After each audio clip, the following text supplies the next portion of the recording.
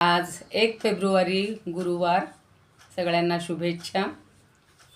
12वा अध्याय सगळ्यांचा प्रिय असलेला भक्तियोग चालू आहे आणि म्हणून आता आपल्याला 13वा श्लोक आज घ्यायचा आहे. काल झाला होता श्रेयो हि ज्ञानमभ्यासात् ज्ञानात् ध्यानं विशिष्यते ध्यानात् कर्मफलत्यागस् त्यागात् शांतिरनंतरम.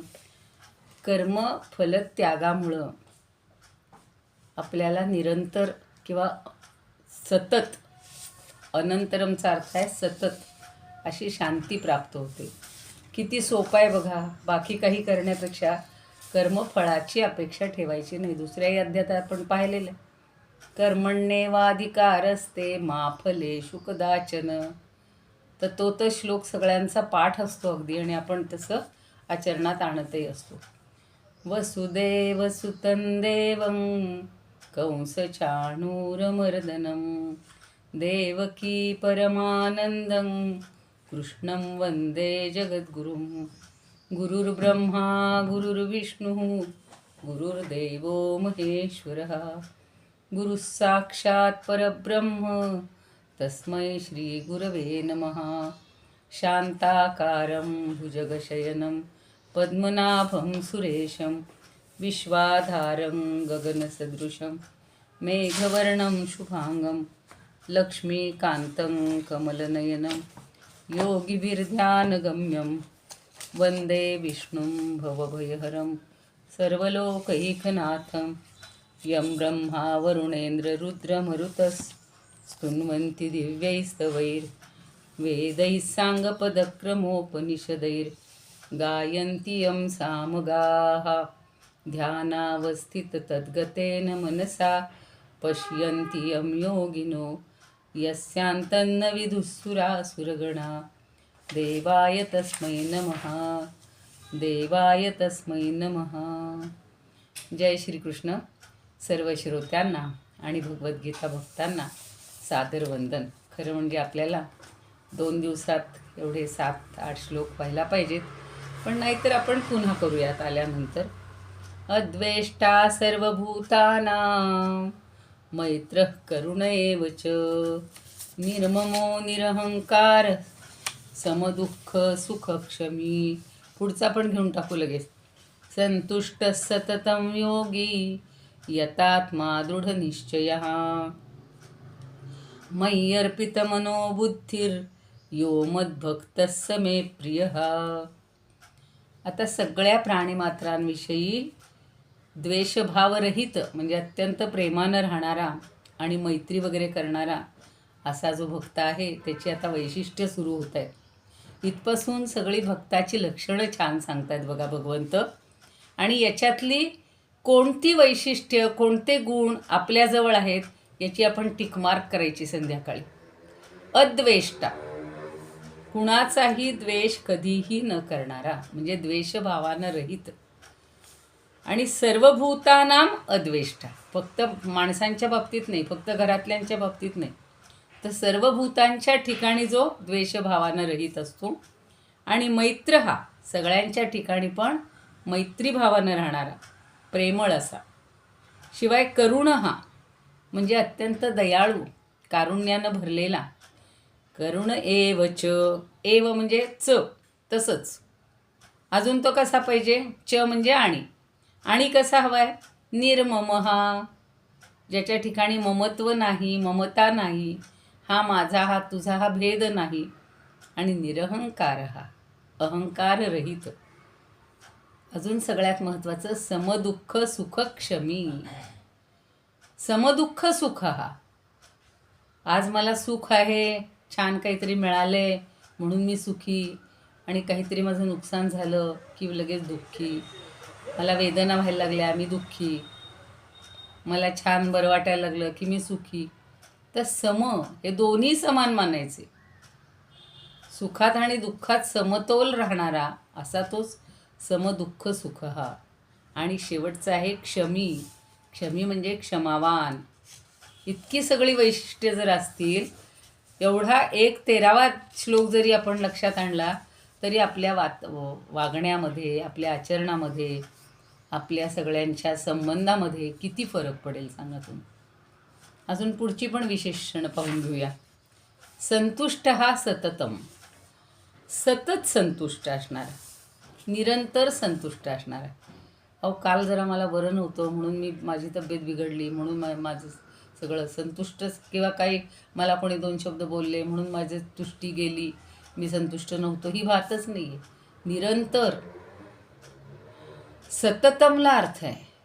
सगळे हे परमात्मा, भगवंत, संत हे सततला महत्त्व देतात, निरंतरला महत्त्व देतात. शिवाय योगी, जसा योगी पण आहे. आता योगी कसं आहे, आपण आता मी भागवतातही वाचते, सगळीकडे वाचते की सगळ्यांच्या बाबतीत ज्याचं चित्त स्थिर आणि शांत असतं तो योगी. पुन्हा यतात्मा, ज्यानं आपलं अंतःकरण, मन, इंद्रिय या सगळ्यांना यत म्हणजे नियंत्रणात ठेवलेलं आहे, ताब्यात ठेवलेलं आहे. आणि सगळ्यात महत्त्वाचं दृढनिश्चय हा, ज्याच्या ठिकाणी, माझ्या ठिकाणी निश्चय दृढ असणारा, डळमळीत नाही आहे. आज याच्यावर विश्वास ठेवायचा, उद्या त्याच्यावर अविश्वास, तसं नाही. दृढनिश्चय हा, ते भगवंताच्या ठिकाणी सुद्धा त्याचा निश्चय पक्का पाहिजे. मयी म्हणजे माझ्या ठिकाणी, तर तो संधी आहे बघा. मयी अर्पित मनोबुद्धीही, मयी अर्पित मनहा बुद्धीही यहा, इतके शब्द आहेत त्या.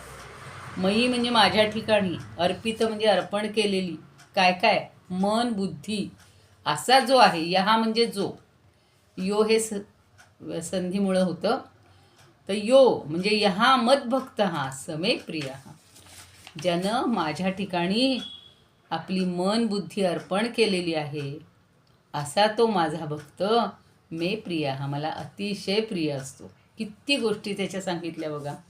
अजून 15मध्ये आहे, 16मध्ये आहे, 17मध्ये आहे. सगळे त्याची वैशिष्ट्यच सांगतात. 5-6 श्लोक आपण पाठ करण्यापेक्षा आचरणात आणण्याचा प्रयत्न करायचा. म्हणजे जो कोणत्याही प्राण्याचा कधीही द्वेष करत नाही, जो स्वार्थरहित आहे, जो सर्वांवर प्रेम करतो, म्हणजे कारण नाही, दया करण्याला कारण नाही लागत, म्हणजे अकारण दया करतो. माझेपणा, मीपणा ज्याच्या ठिकाणी दिसत नाही, सुखात आणि दुःखात ज्याचा समभाव असतो, जो क्षमाशील आहे, अपराध करणाऱ्याला सुद्धा अभय देणारा आहे, आणि असा जो योगी संतुष्ट असतो, ज्यानं शरीर, मन, इंद्रिय सगळं ताब्यात ठेवलेलं आहे, आणि ज्याची माझ्यावर दृढ श्रद्धा आहे, भगवंतावर. आपण भगवंतच आहोत, तर तो मन आणि बुद्धी मलाच अर्पण केलेला माझा भक्त मला अतिशय प्रिय असतो. यो मद्भक्त समे प्रिय हा, हेच ध्रुपद अनेक श्लोकांमध्ये आहे. तर ते आपण पाहूयात. आता याची समश्लोकी बघूया. सगळ्यांना हा अध्याय तर पाठच असतो, सगळ्यांना त्याचा अर्थही माहिती असतो, त्यामुळं हा आपल्याला अध्याय समजायला काही अडचण नाही आहे. कोणाचा न करी द्वेष, दया मैत्री वसे मनी, मी माझे न म्हणे सोशी, सुख दुःखे क्षमा बळे. किंवा वामन पंडित म्हणतात, न करी सर्व भूतांचा द्वेष मैत्र दयाळू जो, मी माझे न जया दुःख, सुख तुल्य क्षमा जया. मुक्तेश्वर म्हणतात, सर्वभूती द्वेष नाही, मैत्री दयाळू पाही, सुख दुःखातेही समसमान मानी तसे. आता काशीनाथ स्वामी काय म्हणतात बघूया. देखो नि जग आत्मरूप नयनी, देखो नि जग आत्मरूप नयनी, द्वेषासी नेणे मनी, प्राणाचे परिमित्र जास करुणा, माते परी याजनी, वृक्षाचे परी सर्व शून्य ममता, देही अहंता नसे. किती छान सांगितले. वृक्षाप्रमाणे ज्याच्या ठिकाणी अहंता नाही, पृथ्वीचे परी, आणि शांती गुणासारखी ही त्यांनी स्वतःची भर घातलेली आहे. पृथ्वीचे परी शांतीन सुख दुःखी सुखी जो, व्योमा परी गा असे, म्हणजे आकाशाप्रमाणे जो सुखदुःखामध्ये समान आहे, पृथ्वीप्रमाणे जो क्षमाशील आहे आणि वृक्षाप्रमाणे ज्याच्या ठिकाणी अहंता नाही. वृक्ष म्हणतो का हो, हे माझे आहेत नातेवाईक किंवा हे माझ्या गावचे आहेत, यांनी फक्त फळं खावीत, बाकीच्यांनी माझ्याकडे फक्त बघत राहावं नाही. खूप सुंदर सांगितलं काशीनाथ शास्त्रींनी. आणि आठल्ले जे आहेत केरळमधले ते म्हणतात, दया मैत्री भूती सकळ कधीही द्वेष न करी, जया मी की माझे तिळभरी नसे गर्वन धरी, धरी दुःखे किंवा सकळ ही सुखे जो सममनी, क्षमा शांती चित्ती हृदयी धरितो जो नरजनी. तर ते म्हणतात, नसे द्वेष ज्या मित्र जो सर्वभूतान, कृपाळू तसा नामनी ज्या अहंता, क्षमावंत ही जो नसे ज्या ममत्व, असे ज्या नरा द्वंद्व भावी समत्व. देशपांडे म्हणतात, न करी कोणाचा द्वेष जो कृपाळू, सर्वभूतांचा सखा जो दयाळू, अहंता स्वार्थ ही जाती बासुटोन, क्षमावंत जया दुःख सुख समान. आता 14व्याची पण समश्लोकी बघून घेऊ आणि मग बाकीचा अर्थ किंवा त्यातलं वेगळे पण पाहून घेऊ.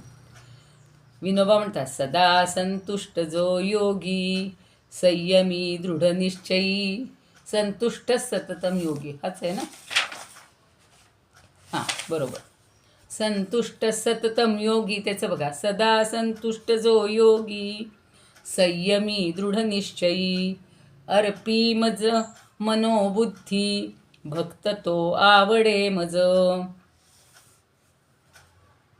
आता काशीनाथ स्वामी म्हणतात, संतुष्ट जो सतत केवळ ब्रह्मयोगी, चित्तेंद्रिया नियमुनी दृढ सौख्य भोगी, जो अर्पितो मनमती मजला सुजाणा, तो आवडे मज बहु निज भक्त राणा. किती छान शब्द वापरलाय, निज भक्त राणा. आठवले म्हणतात, जो संयमी मद्वत एकनिष्ठ, योगात ज्याचे मन नित्य तुष्ट, अर्पी मनोबुद्धी मलाच फक्त, आहे खरा मतप्रिय तोच भक्त. तसं थत्ते म्हणतात, सदा तुष्ट जो बुद्धीने योगयुक्त, समर्पी मला नित्य जो बुद्धिचित्त, तसा संयमी निश्चयी जो प्रशांत, मला आवडे भक्त तोची नितांत. नितांत म्हणजे अतिशय. देशपांडे म्हणतात, सदा संतुष्टची अचल निश्चयी जो, बुद्धी मन दोन्ही मजसी अर्पिती जो, असा योगी संयमी पार्थ राजा, मला वाटे प्रिय तोची भक्त माझा. असा जो आहे ना, तोच प्रिय भक्त मला वाटतो, कारण तो सगळ्यांमध्ये संतुष्ट असतो. संतुष्ट सततम. किती अवघड आहे का सोपा आहे हो हे. हल्ली हास्ययोग काढतात, पण ते 10 मिनिटाचा हास्ययोग करून किंवा अर्ध्या तासाचा घरी आल्यावर काय संतुष्ट नाही, काय घरात सगळं पडले, मलाच आवरायचे, संपलं. तर तो संतुष्ट सततमला फार आपण अंडरलाईन करूया आणि त्याप्रमाणे वागण्याचा प्रयत्न करायचा. शंकराचार्य काय म्हणतात बघूया.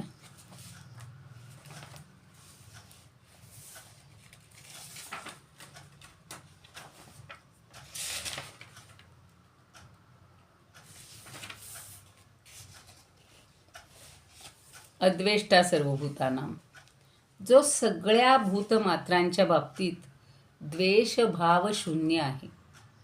अर्थात जो आपणास दुःख देणार आहे अशा कोणत्याही प्राण्याचा द्वेष करत नाही.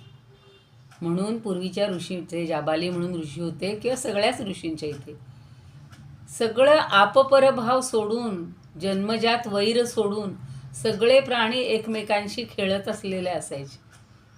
तेव्हा मी जेव्हा वाचलं होतं तेव्हा इतकं म्हणजे कौतुक वाटायचं. आता असे अनेक जण असतात, आत्ताच्या काळात सुद्धा बाबा आमटेंसारखे किंवा सगळे लोक आहेतच ना, की सगळ्यांवर नितांत प्रेम करणारे, प्राण्यांवर अतोनात प्रेम करणारे. खूप हल्ली मेसेज आणि हे तरी येतच असतात.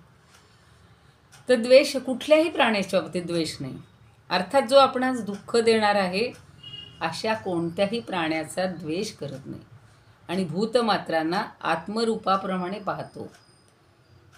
नेहमी मला वाटतं रस्त्यानं जाताना कुत्री असतात, सगळे प्राणी असतात. गायींना तर आपण अगदी वंदनीयच मानतो, आपण नमस्कार करतो, भेटतो, पूजा करतो. पण सगळे प्राणी म्हणजे ज्यांच्यापासून आपल्याला भय आहे अशांच्याबद्दलसुद्धा अत्यंत प्रेम आणि स्नेहभावयुक्त म्हणजे सर्वांच्या बरोबर मित्रत्वानं वर्तन किंवा करुणामय, दीनदुबळ्यांवर करुणा करणारा, ह्या सगळ्या गुणांनी जो युक्त आहे असा अभिप्राय आहे की जो सर्व भूतमात्रांना अभय देणार आहे. म्हणजे जणू काही तो संन्यासीच आहे. त्याचप्रमाणे जो अहंकाररहित आहे, निर्ममो निरहंकार, हा 13व्यातच एवढं सांगितलेलं आहे त्यांनी. आणि सुखदुःख यांच्या बाबतीत सम असणारा, ज्याच्या अंतःकरणात सुखदुःखामुळं प्रेम किंवा रागद्वेष निर्माण होत नाही. म्हणजे सुख मिळालं की लगेच आपण खुश, दुःख मिळालं की लगेच आपण नाखुश, तसं नाही. जो क्षमाशील आहे, अर्थात कोणीही वाईट बोलला असं जाणून तो त्याला मारण्यासाठी आला आहे असं जाणूनसुद्धा विकारवश होत नाही. ज्याच्या ठिकाणी विकारच नाहीत, अविकारी आणि संतुष्ट सततम योगीचं तर बघा, नेहमी जो संतुष्ट आहे, ज्याचं मन अन्य इंद्रियांसह स्वतःच्या नियंत्रणात आहे, सगळी इंद्रिय त्याच्यात नियंत्रणात आहेत आणि माझ्या ठिकाणी ज्याचा दृढभाव आहे असा मला मन बुद्धी अर्पण करत असतो. कारण देहस्थितीला आवश्यक असणाऱ्या पदार्थांचा लाभ किंवा हानी हे जे होईल त्याच्यावर आपलं संतुष्टी अवलंबून असते की आपला भाव असतो. आणि जो गुणवान वस्तूच्या लाभानं अगर हानीमुळे सुद्धा संतुष्ट असतो तो समाहित चित्त असतो, म्हणजे त्याचं चित्त समज असतं. ज्यानं आपलं मन जिंकलं आहे, ज्याचा दृढ निश्चय झालेला आहे, अर्थात आत्मविषयक ज्याचा दृढ निश्चय आहे, त्याचप्रमाणे मला अर्पण केलेल्या मन आणि बुद्धियुक्त म्हणजे संन्यासी, अर्थात संकल्प आणि विकल्प यांनी युक्त असणारे जे मन आहे, ते मन, निश्चयात्मिका बुद्धी, ही दोन्ही ज्यानं मला अर्पण केलीत. कोणतं काय हो, देवाला द्यायचं तर काय द्यायचं, आपलं मन द्यायचं. म्हणून तर यमन राग गाताना नेहमी आमचे सर म्हणायचे की ये मन दिया आहे, हे मन त्याला द्यायचं आहे. आणि मनच आपण देऊन टाकलं की आपल्याजवळ काय उरणार आहे हो? सगळा तो अहम वगैरे सगळा आपोआप निघून जाणार, सगळे विकल्प निघून जाणार, सगळे भय वगैरे सगळं निघून जाणार. म्हणून मला तत्वता जाणणारा जो ज्ञानी पुरुष आहे, ज्ञानी माणूस आहे, तो मला अत्यंत प्रिय असतो, असं 7व्या अध्यायात पण म्हणलेलं होतं. आणि त्याचाच विस्तार थोडासा आता 15व्या श्लोकात आहे. 15वा श्लोक पण बघूया. म्हणजे 15, 16, 17 नाही होणार एका दिवशी एवढे. बघूया 15वा तरी बघूया. मला हा तर श्लोक फार आवडतो. मी कित्येक वेळा तो विचार करते की आपल्यामुळं कुणाला त्रास होतो आहे का, की दुसऱ्यामुळं आपण त्रासून जातो आहे का, म्हणजेच आपल्याकडं काहीतरी कमतरता आहे. यस्मान्नो द्विजते लोकान्नो द्विजते चयः हर्षामर्षभयोद्वेगैर् मुक्तो यः स च मे प्रियः. संधी आहेत. यस्मात न उद्विजते, एवढे 3 शब्द आहेत. यस्मात म्हणजे ज्याच्यामुळं, ज्याच्यापासून, लोक हा न उद्विजते. न उद्विजते म्हणजे उद्विग्न होत नाहीत. न मुळं नकार येतो. नुसतं उद्विजते असतं तर मग सगळ्यांना वैताग येतो, उद्वेग येतो, असं झालं असतं. पण यस्मात न उद्विजते, लोक हा म्हणजे लोक उद्विग्न होत नाहीत. आणि लोकात न उद्विजते, तिथे छोटासा संधी आहे. लोकात न उद्विजते आणि लोकांपासून जो स्वतः उद्विग्न होत नाही. शिवायचं कसा आहे तो यहा म्हणजे जो, च आणि जो लोकांपासून उद्विग्न होत नाही, लोकांना जो उद्विग्न करत नाही. आणि पुढचं बघा, हर्ष अमर्ष भय उद्वेग मुक्त, हा भय उद्वेगही मुक्त. हा हर्ष माहिती आहे सगळ्यांना, आनंद, हर्ष. अमर्ष म्हणजे मत्सर, म्हणजे दुसऱ्याला काही जरा उन्नती झाली, दुसऱ्याकडं काही चांगलं आलं की आपल्या भाषेत जे आपण जळणे म्हणतो तो म्हणजे अमर्ष, मत्सर. लोक आणि हर्ष, अमर्ष, भय. भय तर आपल्याला कळतंच. आणि उद्वेग, एखाद्यामुळं वैतागणं, तो शब्द आहे त्याला उद्वेग.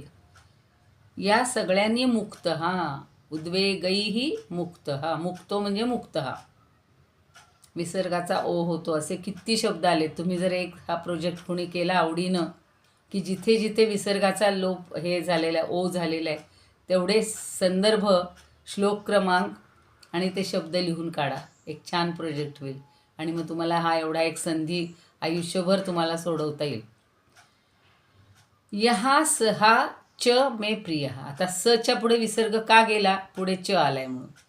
तर सहा च, सहा म्हणजे तो, च म्हणजे आणि, मे म्हणजे मला, प्रिय म्हणजे जो या सगळ्यांनी रहित आहे. हर्ष, मत्सर, भय, उद्वेग या सगळ्यापासून जो दूर आहे, मुक्त आहे. सहा मे प्रिय, तो मला प्रिय आहे. जशी आपण दैवी संपत्तीची यादी केलेली 26 गुण आहेत वगैरे, तसे हे सगळे गुण लिहून काढा. आणि त्याच्यातले आपले किती टिक मार्क होत आहेत आणि जर आपल्याकडं काही कमी असेल त्याला फुली, तेवढे आपण आता संपादन करूयात उरलेल्या आयुष्यात. कशाचाच आपल्यावर परिणाम नाही करून घ्यायचा. कसे शांत असतात बघा आता ते स्वामीजी, सगळेच स्वामी, सगळेच संत. कधीतरी त्या ज्ञानेश्वरांच्या कपाळावर आठ्या पाहिले, तुकोबा कधी वैतागलेले पाहिले, एकनाथांनी कधी कुणावर चिडचिड केली. सगळेच संत, अगदी तो चोखा असेल, गोरा कुंभार असेल, एवढं मूल आपल्या पायाखाली तुडवलं गेलं. बायको चिडते, कारण बायकांना म्हणजे लवकर सगळ्या भावना व्यक्त होत असतात. सगळं रक्ताचं थारोळ झालं तरी त्याला कळलं नाही.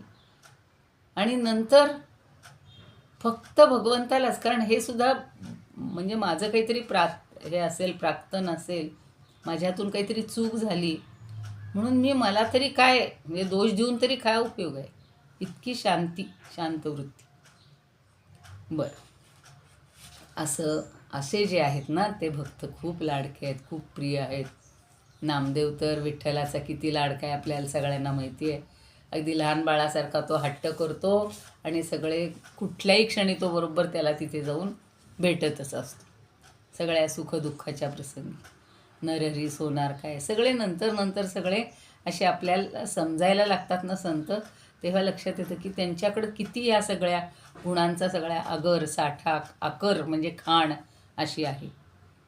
आता 16व्यात काय म्हणतात बघा, नाही 15वा घेतला का? 15व्याची आपण हे बघूया, समश्लोकी बघूया. कारण ही यादी किंवा हे श्लोक वाचायला घेतले की मध्ये थांबावंसंच वाटत नाही. जोन लोकांस कंटाळे शब्द वापरलास विनोबांनी, सोपं आहे. नाही तर काही लोकांना वाटतं कधी उठतायत बाबा हे, आलेत आता, असे कंटाळ. आणि ज्यास कंटाळतीन ते, किंवा कंटाळती जन असंही चाललं असतं. हर्ष शोक भय क्रोध नेणे तो आवडे मज. किती सोप्या ह्याच्यात करून टाकलेलं.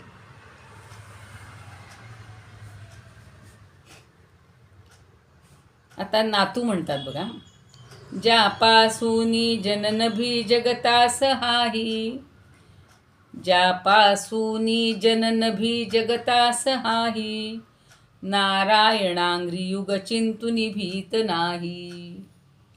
गा हर्ष शोक भय कोप विकार नाही. गा म्हणजे अरे अशा अर्थ, नाही तर गात राहासा अर्थ नाही घ्यायचा. गा शोक भय कोप विकार नाही, निर्मुक्त जो प्रिय असे मज लागितोही. निर्मुक्त, सगळ्यातून मुक्त, निशेष मुक्त. जो प्रिय असे मज लागितोही, कुठलेच विकार नाही, सगळ्या विकारांपासून जो मुक्त आहे असा जो आहे ना प्रिय भक्त, तो माझा फार लाडका आहे, तो मला फार प्रिय आहे. मराठी म्हणतात, जयापासूनी त्रास कोणान होई. त्यांनी कंटाळा घेतला, यांनी त्रास घेतला. जनाला गीतो ना कधी त्रास देई. हे सोपं वाटतं का? जनाला, लोकांनाही तो कधी त्रास देत नाही. भय क्रोध आणि शोकासी नेणे. नेणे म्हणजे जाणतच नाही. मला भक्त तोची बहु प्रिय जाणे. असं सगळ्याचं असं जर आपण छान रेकॉर्डिंग केलं, आपले आपणच सगळे हे ऐकत राहिलो, तर ते अगदी अर्थासह त्यातले भाव सगळे आपल्या मनामध्ये असे उतरत राहतील. आणि असं वाटेल की खरंच मला असं वागलं पाहिजे, खरंच मी भगवंताचा भक्त व्हायला पाहिजे. असे प्रत्येकच जण भगवंताचे भक्त झाले तर या जगात काही दुष्ट प्रवृत्ती उरणारच नाही. तो म्हणजे यदा यदा ही धर्मस्य ग्लानिर्भवती, ही वेळच येऊ नये. भगवंताला प्रश्न पडावा, अरे काय हाय प्रिय हाय प्रिय हाय प्रिय, सगळेच माझे लाडके व्हायला लागलेत. जसं आईचे कशी, आईची सगळी मुलं लाडकी असतात. जरी एखाद्याकडं काहीतरी खोटीशी हे असेल, खोट असेल, तरी आई त्याला प्रेमानं म्हणते, हे बघ तू जर असं असं केलंस ना तर तू माझा सगळ्यात लाडका होशील. की लगेच तो मुलगा बदलतो, मूल बदलतं आणि छान वागायला लागतं. तसंच भगवंत सांगतायत आपल्याला की हे ना तुम्ही हे सगळं केलंत ना तर तुम्ही माझे लाडके भक्त व्हाल. सहज एकदम डोक्यात कल्पना आली की असा भक्त आपल्याला लढीवाळपणे सांगतोय. ते अर्जुनाला सांगतोय म्हणजे फक्त अर्जुनच प्रिय होता का हो? आपण सुद्धा प्रिय होणार आहेत, कारण आपण सगळे अर्जुनाचेच, म्हणजे अर्जुन आपला प्रतिनिधी आणि आपण अर्जुनाचे सगळे अनुचर आहोत, त्याच्या पाठोपाठ जाणारे आहोत. आता डॉक्टर निंबकर म्हणतात, जयाची न भीती कुणालागी वाटे, जयाला जनांची नवा भीती वाटे. भय क्रोध उद्वेग हर्षी न गुंते, महाबाहुतो आवडे भक्त माते. माते म्हणजे मला बरं का. अहो अरे महाबाहू, तो भक्त मला फार आवडतो, फार फार फार. माझं तुझ्यावर फार प्रेम आहे, असं जसं सगळ्या म्हणत असतात त्या आणि ती ते, तसं आहे ते. भगवंत म्हणतोय की ते मला फार आवडतात बाबा, ते माझे फार लाडके आहेत, आपणही लाडकं होऊया. शंकराचार्य म्हणतात, आता त्यांनी संन्यासी माणसाला एक डोळ्यासमोर ठेवलेलं आहे की ज्या संन्यासी माणसापासून संसाराला म्हणजे जगाला उद्वेग प्राप्त झालेला नाही आणि जो स्वतः संसारापासून उद्विग्न होत नाही. तर हा श्लोक चांगला आहे याच्यामध्ये घ्यायला. समर्थांनी जे आता विषय त्यागाचं सांगितलेलं आहे त्याच्यामध्ये हा छान श्लोक आहे. आणि जो हर्ष अमर्ष भय उद्वेग याच्यापासून रहित आहे, प्रिय वस्तूच्या लाभामुळं मनाला जो आनंद होतो आणि अंगावर रोमांच उत्पन्न होतात, आनंदाश्रू निर्माण होतात वगैरे चिन्हांनी युक्त असलेल्या अवस्थेला हर्ष असं म्हणतात. हर्ष म्हणजे फक्त आनंद असा अर्थ नाही आहे. किती सुंदर सांगितले बघा शंकराचार्यांनी की अंगावर रोमांच निर्माण होणं, जी अवस्था आहे आनंदाश्रू येणं डोळ्यामध्ये, आणि अशी जी चिन्ह आहेत ना ही सगळी हर्षाची आहेत. म्हणून आनंदाश्रू येणं, अंगावर असं थरथर अगदी रोमांच उभे राहणं आणि प्रिय वस्तूच्या लाभामुळं आनंद होणं, ह्या सगळ्या गोष्टी म्हणजे हर्ष आहेत. आणि असहिष्णुतेचा अर्थ आहे अमर्ष. बघा, असहिष्णुता, सहन करण्याची शक्तीच नाही. लोक म्हणतात संपली आमची सहनशीलता, तो असहिष्णुता. अहो ती वाढवली पाहिजे. एवढ्या तेवढ्यानी आपण जर असे गळीत झालो तर अजून आयुष्याची किती दिवस आहेत कुणाला माहिती आहे. पण जोपर्यंत आहे तोपर्यंत आनंदात राहायला काय हरकत आहे. आणि असं झालं तर आपण भगवंताचे प्रिय होणार आहे. मग आता भगवंताचे प्रिय होण्यासाठी तरी एवढं करायला पाहिजे. करूयात की आपल्यापासून कुणाला उद्विग्न व्हायला नको, आपण कुणापासून उद्विग्न व्हायला नको. आपण समश्लोकी पाहिलेली आहे. आता पुढचा बघूया, होईल का अजून एखादा? होईल. जरा मी फास्ट घेते पण हे सगळे छान आहेत. याच्यातली उदाहरणं अजून किती देता येतील पुढच्या आठवड्यात आल्यानंतर पुन्हा आपण ते बघूया जास्तीमध्ये. अनपेक्ष शुचिर्दक्ष उदासीनो गतव्यथः सर्वारंभ परित्यागी यो मद्भक्तः स मे प्रियः. सगळी सुटी आहेत, सगळ्याच छान फक्त उदासीनोचं काय होणार? उदासीन. हा, बाकी सगळे समास आहेत. सर्वारंभ परित्यागी तो एकच शब्द आहे.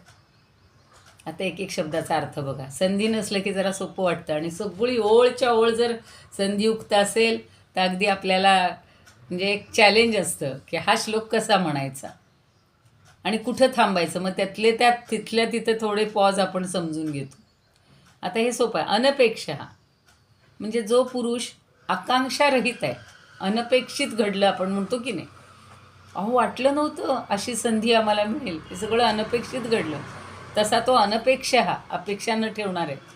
शुचीही, शुची म्हणजे अत्यंत पवित्र, आत बाहेर अंतरंगातून सगळीकडे अतिशय शुद्ध असणारा.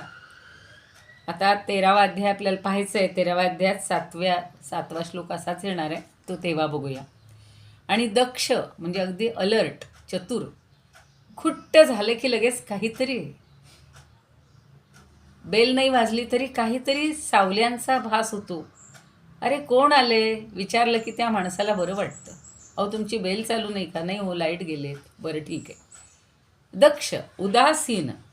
उदासीनचा अर्थ पक्षपात न करणारा. त्या कौटिल्यानं एका राजाच्या 72 प्रकारचे हे असतात आणि राजांचे प्रकार सांगितले. त्यातला एक उदासीन सांगितलेलं आहे. मंडल असतं त्यांचं 12 राजांचं. तर उदासीन म्हणजे हा शत्रूही त्याला सारखाच आणि मित्रही सारखाच, म्हणजे तो दोघांशी पक्षपात न करता वागणारा असतो. असा जो आहे तो उदासीन राजा म्हणले. आणि गतव्यथ, हा ज्याची व्यथा म्हणजे दुःख हे संपून गेलेलं आहे, मुक्त झाला आहे तो त्यातून.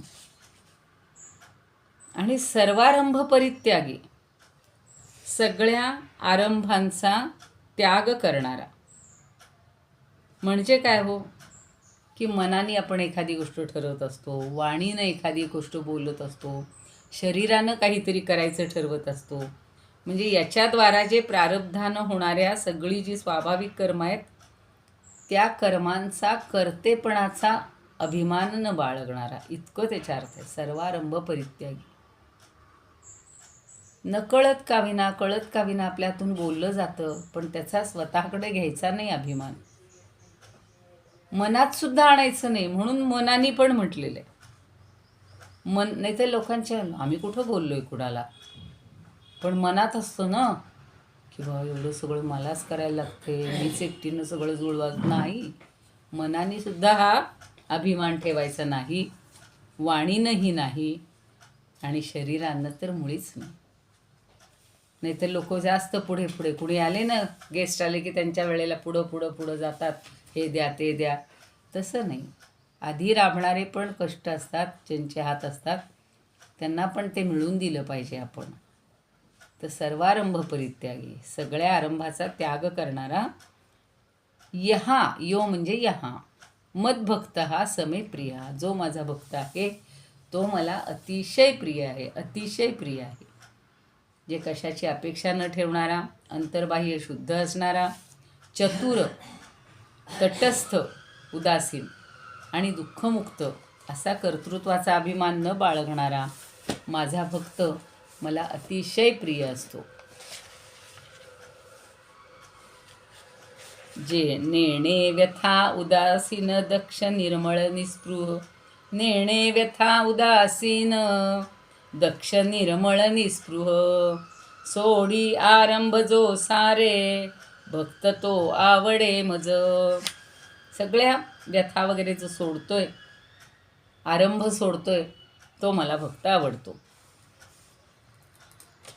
गोखले म्हणतात, अनिच्छ शुद्ध चतुर उदासीन व्यथे विना, अनिच्छ शुद्ध चतुर उदासीन व्यथे विना, सर्व आरंभ टाकी तो भक्त माते असे प्रिय. सगळे आरंभ. आता बघा, एका विशिष्ट टप्प्यातही आपण असं ठरवतो की आता नाही बाबा, आता काही नव्या गोष्टीला, नव्याला प्रारंभ नाही करायचा. म्हणजे मनातून त्याच्याबद्दल अभिमान नाही धरायचा. नाही तर लोक म्हणतील आता काय हात जोडून नुसते बसणार का, राम राम राम राम म्हणत. असं नाही. आपल्याला होतंय तोपर्यंत आपण कार्य करत राहायचं, लोकांच्या मदतीला पडायचं, उपयोगी पडायचं. पण लोकांना सांगत नाही बसायचं, एवढं माझं वय झालं तरी मी एवढं एवढं करतो. नाही, तो मी सोडून टाकायचा. जो शुद्ध जो दक्ष सदा उदास, इच्छा नसे दुःख नसे जयास, आरंभ टाकूनी सदा विरक्त, आहे खरा मतप्रिय तोच भक्त. योगेशं सच्चिदानन्दं वासुदेवं व्रजप्रियं, धर्मसंस्थापकं वीरं कृष्णं वन्दे जगद्गुरुं. कृष्णाय वासुदेवाय हरये परमात्मने, प्रणतः क्लेशनाशाय गोविंदाय नमो नमः. ॐ पूर्णमदः पूर्णमिदं पूर्णात् पूर्णमुदच्यते, पूर्णस्य पूर्णमादाय पूर्णमेवावशिष्यते. ॐ शान्तिः शान्तिः शान्तिः.